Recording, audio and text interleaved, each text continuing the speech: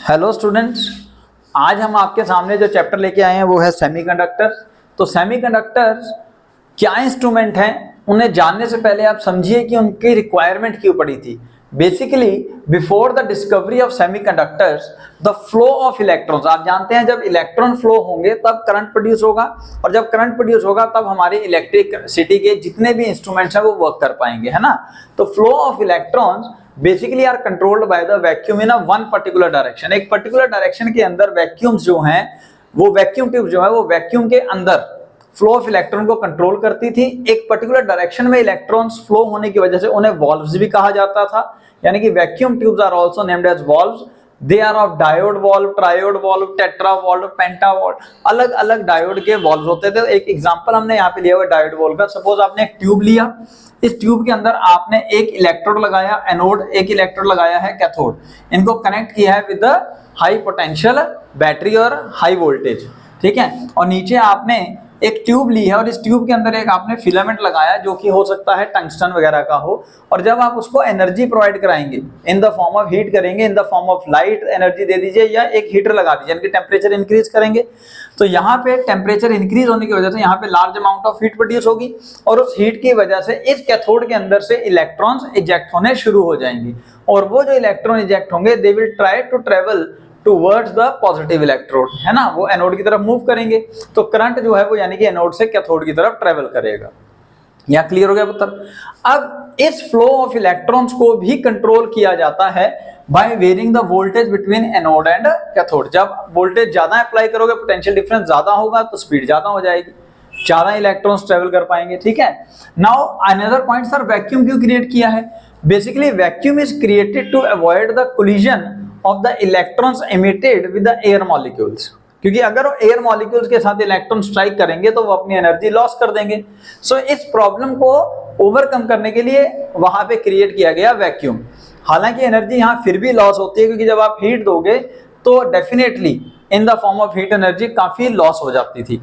और second main point कि जब आप इस इंस्ट्रूमेंट को लगा लीजिए, आपने कैथोड जो है वो किसी एक बेस्ट कंडक्टर का बनाया है, गुड कंडक्टर का बनाया है, तो उसको कॉन्स्टेंटली जब हीट होगा तो डेफिनेटली उसकी लाइफ जो है वो कम होती जाएगी। एनी हाउ, तो इसके हिसाब से अब डिसएडवांटेजेस क्या हुए? सबसे पहले वैक्यूम ट्यूब जो हैं they are bulky in size. हमारे जो सेमीकंडक्टर्स हैं वो बहुत छोटे छोटे होते हैं, और सेमीकंडक्टर्स की मदद से ही टेक्नोलॉजी के अंदर जो रेवोल्यूशन आया है, जिसकी वजह से आप लैपटॉप, मोबाइल या फिर अलग अलग तरह के इलेक्ट्रॉनिक इंस्ट्रूमेंट्स बना पाए हैं। लेकिन जो वैक्यूम ट्यूब्स थे, जो पुराने टाइम के कंप्यूटर आपने देखे होंगे या उससे पुराने टाइम के जो टीवी देखे होंगे, वो काफी बड़े बड़े होते थे, बल्कि होते थे। सो they are bulky in size, high voltage and high power is required to their work. तो उनको काम करवाने के लिए हाई वोल्टेज या हाई पावर रिक्वायर्ड होता था। Then vacuum creation is again one of the most difficult work. यहाँ पे जो वैक्यूम क्रिएट करना है, यानी कि सारे एयर मॉलिक्यूल्स को सक कर लेना, तो वो बड़ा मुश्किल होता था। नेक्स्ट रिलायबल, क्योंकि यहाँ पे बहुत सारी ऐसी चीजें हैं जो कि आपने यूज की हैं अंडर अ हाई प्रिसीजन, तो उन चीजों को मेंटेन करना मुश्किल है। And they have low life, क्योंकि आपको बताया मैंने कि इंस्ट्रूमेंट धीरे धीरे करके हीट की वजह से और लॉस ऑफ एनर्जी की वजह से खराब होंगे, तो इनकी लाइफ जो है वो काफी कम होती थी, जिसकी वजह से हम सबको क्या महसूस हुआ, that we have to find and we have to discover some sort of new instrument जिसके अंदर ये सारी दिक्कतें ना हो, जिन्हें बाद में ढूंढा गया in the name of semiconductors. तो मतलब 1930 के अंदर कुछ ऐसी जरूरत महसूस हुई साइंटिस्टों को कि कुछ ऐसे मटेरियल्स बनाए जाएं जो कि वैक्यूम ट्यूब्स को रिप्लेस कर सके। तो 1930 के अंदर कुछ ऐसे सॉलिड स्टेट सेमीकंडक्टर्स डिस्कवर किए गए और उनके जंक्शंस जिनके अंदर नंबर ऑफ चार्ज कैरियर्स और direction of charge carriers. Charge carriers कौन होंगे पुत्र? Electrons and holes. वो क्या है वो आपको धीरे धीरे बता दिए जाएंगे। होल्स बेसिकली जहां से इलेक्ट्रॉन हीट होने पे या एनर्जी गेन करने पे इमिट होगा तो वहां वो छोड़ देता है खाली जगह, तो उसको आप कहोगे वैकेंट स्पेस या होल्स, जो कि बिहेव करेगा as a positive charge. So anyhow, so some solid state semiconductors and junctions and their junction were discovered which controls the flow of charge carrier by varying small value of the voltage, light, etc. in one particular direction. तो इसका फायदा क्या हुआ? इसका फायदा ये हुआ कि हमारे जो सेमीकंडक्टर्स थे वो साइज में बहुत छोटे थे, they can operate at a low voltage and they require very low power.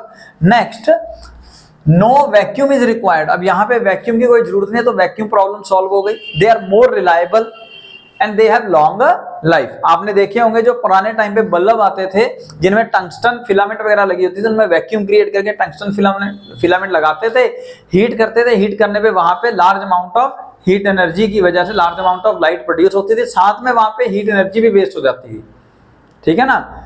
तो उनकी लाइफ कम होती थी, एक पर्टिकुलर टाइम के बाद हमारे बल्ब फ्यूज हो जाते थे। लेकिन उसके बाद अब आजकल हम यूज कर रहे हैं एलईडीज, लाइट एमिटिंग डायोड। वो क्या है? वो सेमीकंडक्टर्स ही हैं, ठीक है ना। तो लाइट एमिटिंग डायोड या हमारे जैसे टीवी आते थे उसके बाद अब एलईडीज आ गए हैं, ठीक है। वो भी क्या है? अगेन हमारे सेमीकंडक्टर्स ही हैं जिनकी लाइफ ज्यादा होती है as compare to the instruments which are made by the vacuum tubes. आप देख सकते हैं जैसे एक छोटू सा इंस्ट्रूमेंट होता है, आपने देखा होगा जो हमारा कंप्यूटर होता है या हमारा जो एलईडी होगा या जो हमारा जहां पे पैनल लगा होगा, जब उसको ओपन किया जाता है तो वहां पे बिल्कुल छोटे छोटे से डिवाइसेस होते हैं और उनके नीचे दो पतली पतली तारें लगी होती है और उन तारों को बेल्ट कर दिया जाता है इलेक्ट्रॉनिकली। तो अगर 2 वायर्स वाला है तो वो डायोड है, 3 पैर वाला है तो वो ट्रायोड है। एक क्या है ये धीरे धीरे आप समझेंगे। They are made by the junction of various type of other semiconductors.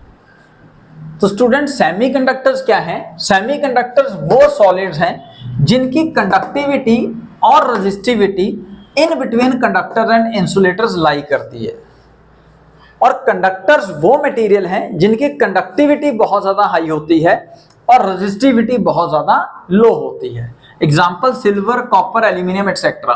Semiconductors के एग्जांपल हम अभी लेंगे। नेचुरल सेमीकंडक्टर एग्जांपल आपको सबको याद होगा, like silicon, like germanium etcetera.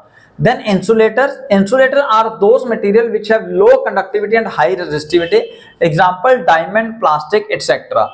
ठीक है जी। अब नेक्स्ट पॉइंट खड़ा होता है कि सर सेमीकंडक्टर्स क्या वही सारे काम कर पा रहे हैं जो हमारे वैक्यूम डायोड्स कर पा रहे थे? क्योंकि वैक्यूम डायोड्स के अंदर हमारे पास ऑलरेडी कंडक्टर अवेलेबल थे, हमें उस टाइम पे इंसुलेटर्स भी पता थे, तो कंडक्टर्स की मदद से हम लोग सेमीकंडक्टर्स वाला काम तो कर रहे थे, बट वहां पे बहुत ज्यादा लॉस ऑफ एनर्जी हो रही थी जिसकी वजह से we have to find out the semiconductors. तो पुत्र सेमीकंडक्टर्स के पास एक बड़ी इंपॉर्टेंट प्रॉपर्टीज हैं दो। Number first, they can also control the flow of charge carriers. ये भी कंडक्टिविटी को कंट्रोल कर सकते हैं जैसा वैक्यूम ट्यूब्स में आपने किया था बाय वेरिंग वोल्टेज, ठीक है। They can also give unidirectional flow of electrons just like vacuum tubes. But sir फिर फायदा क्या है? एडवांटेजेस हम ऑलरेडी समझ चुके हैं, but the main point is that there is almost negligible loss of energy in case of semiconductor as compare to the vacuum tubes. तो vacuum tubes के हिसाब से यहाँ पे लॉस ऑफ एनर्जी जो है वो ऑलमोस्ट नेग्लिजिबल है, यानी कि ये मोर रिलायबल है, हाई एफिशिएंट है, हाईली एफिशिएंट है। कौन? सेमीकंडक्टर्स। तो नेक्स्ट है पुत्र हमारे पास टाइप ऑफ सेमीकंडक्टर, यानी कि एग्जांपल ऑफ सम सेमीकंडक्टर्स जिसके लिए आप काफी देर से वेट कर रहे थे। तो सबसे पहले एलिमेंटल सेमीकंडक्टर, यानी कि ऐसे मटेरियल, ऐसे सेमीकंडक्टर्स जो नेचर में एज सच अवेलेबल है, यानी कि नेचुरल फॉर्म में अवेलेबल है। एग्जांपल है silicon, germanium etcetera. Then we have compound semiconductors. Compound semiconductors के अंदर हम मेटल्स को कंपाउंड करते हैं, यानी कि ऐसे मेटल्स को कंपाउंड करते हैं जिनकी वजह से हमें सेमीकंडक्टर वाली प्रॉपर्टीज मिल जाए, यानी कि सेमीकंडक्टर्स के एग्जांपल हो जाएंगे फर्दर कंपाउंड सेमीकंडक्टर में इनऑर्गेनिक सेमीकंडक्टर्स, ऑर्गेनिक सेमीकंडक्टर्स और ऑर्गेनिक पॉलीमर सेमीकंडक्टर्स, ठीक है जी। तो इनऑर्गेनिक सेमीकंडक्टर्स के अंदर जो मोस्टली पॉपुलर है हमारे सिलेबस में, that is gallium arsenide, cadmium sulphur. Then organic semiconductor में anthracene. Then organic polymer semiconductors के अंदर पॉली, एनिलीन एक्सेट्रा। हम जब स्टडी करेंगे हम बेसिकली सिर्फ सिलिकॉन और जर्मेनियम को स्टडी करेंगे क्योंकि उनके जैसे ही बाकी सारों की भी प्रॉपर्टीज और वही प्रिंसिपल, वही कंसेप्ट सब पे लगेगा जो कि इनके ऊपर भी लागू होगा। तो पुत्र on the basis of conductivity and resistivity अगर हम डिस्कस करेंगे about the conductor, semiconductor and insulator, तो आप क्या पाएंगे? कंडक्टर्स की कंडक्टिविटी सबसे ज्यादा है। कितनी है? 10⁻² से 10⁸ पर ओम पर मीटर। पर ओम को हम सीमेन भी बोलते हैं, तो इसको हम सीमेन पर मीटर भी बोल सकते हैं। और conductivity is equal to reciprocal of resistivity, ये आपको फॉर्मूले पता है। तो उस हिसाब से रेजिस्टिविटी कितनी हो जाएगी पुत्र? इसके आगे नेगेटिव में लगा दिया, 10⁻² to 10⁻8 ohm metre. Then semiconductors, there conductivity lies from 10⁻⁵ to 10⁻⁶ ohm metre, यानी कि रेजिस्टिविटी 10⁻⁵ to 10⁻⁶ ओम मीटर।